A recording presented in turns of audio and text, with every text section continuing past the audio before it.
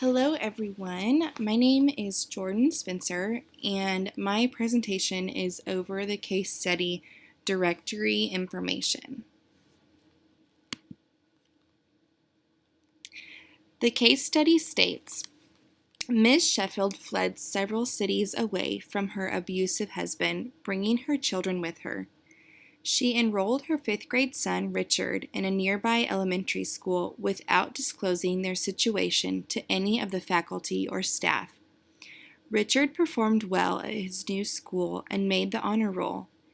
The school published a list of the honor roll students in the newspaper, and Richard's name was included. Mr. Sheffield saw Richard's name in the newspaper and started contacting his estranged wife. Miss Sheffield is furious. She feels she must uproot her family once again and seek a new town in which to hide. She maintains the school acted inappropriately by publishing her child's name without her permission. Is she correct?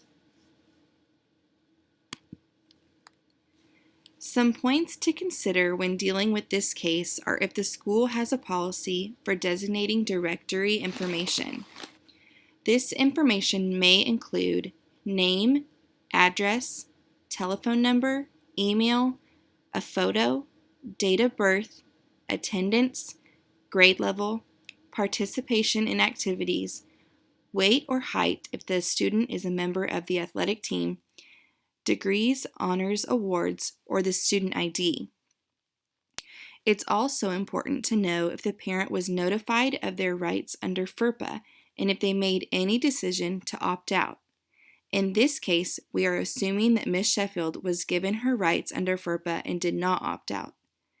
The last point to consider is how to help Richard and Ms. Sheffield moving forward.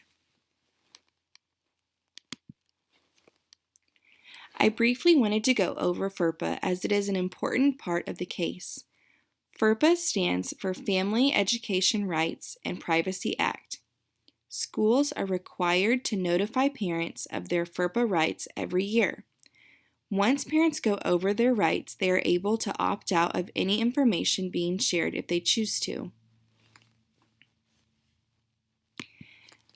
Next, I'll touch on the relevant ethical standards. The first, and to me most obvious one, falls under the student records category, and it states that school counselors will abide by the Family Educational Rights and Privacy Act, which defines who has access to students' educational records and allows parents the right to review and challenge perceived inaccuracies in their child's records. Other standards I thought are or could potentially be relevant fall under the responsibilities to parents and guardians. The first standard states that school counselors respect the rights and responsibilities of custodial and non-custodial parents and guardians, and, as appropriate, establish a collaborative relationship with parents and guardians to facilitate students' maximum development. Establishing a collaborative relationship is important in being able to help Ms. Sheffield and Richard get the help that they need. The next standard states that school counselors adhere to laws, local guidelines, and ethical practice when assisting parents or guardians experiencing family difficulties interfering with the student's welfare. This is relevant because the family is experiencing difficulties and that may require legal help. The next standard states that school counselors provide parents and guardians with accurate, comprehensive, and relevant information in an objective and caring manner, as is appropriate and consistent with the ethical and legal responsibilities to the student and parent. This one would be relevant if Ms. Sheffield chooses to explain their situation, in which case I would want to provide accurate, relevant information to help them.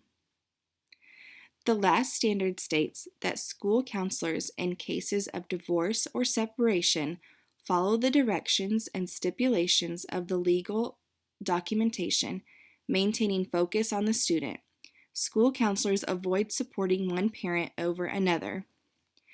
This one is relevant because, as the book states, Ms. Sheffield is breaking the law by hiding her kids if there is not any legal documentation that keeps Mr. Sheffield from them. I cannot choose one parent over the other. However, if Ms. Sheffield expresses a concern that needed to be handled legally, I could assist her in finding the information and resources to do so.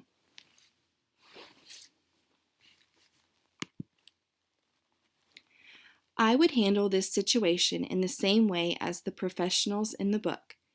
The first step would be to make sure that Ms. Sheffield was made aware of her FERPA rights. I would then show and explain why it was legally okay to put Richard's name in the paper. Next, I would try to open the conversation up about her concerns. Then, I would be able to provide Richard and Miss Sheffield with any guidance they may need and continue to build upon the relationship so that they were comfortable coming to me with any future concerns. One thing I would try to do that the book doesn't touch much on is add in more preventative measures.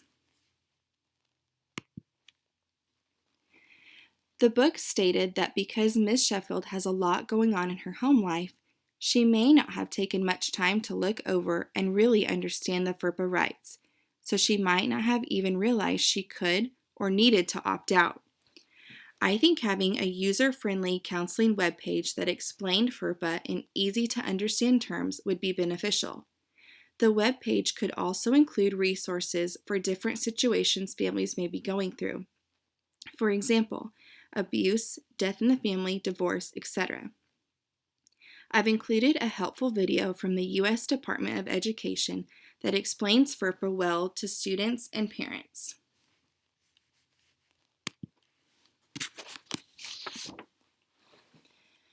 When it comes to consulting with others, I think it would depend on how much or how little Ms. Sheffield shares.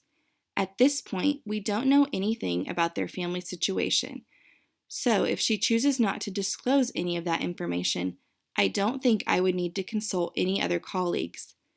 If she did explain their situation, I think it would be important to consult with other counselor or counselors, if any. I also think it would be necessary to consult with administrators and possibly Richard's teachers or teacher so that they are aware of the situation and can keep an eye out for any unusual behavior from Richard.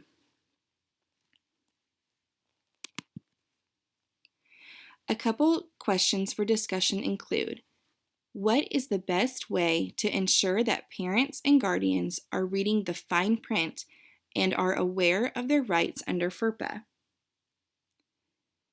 What is the best way to build a trusting, beneficial relationship with Richard and his mother and all students and families so they feel comfortable reaching out to the school officials with any future concerns?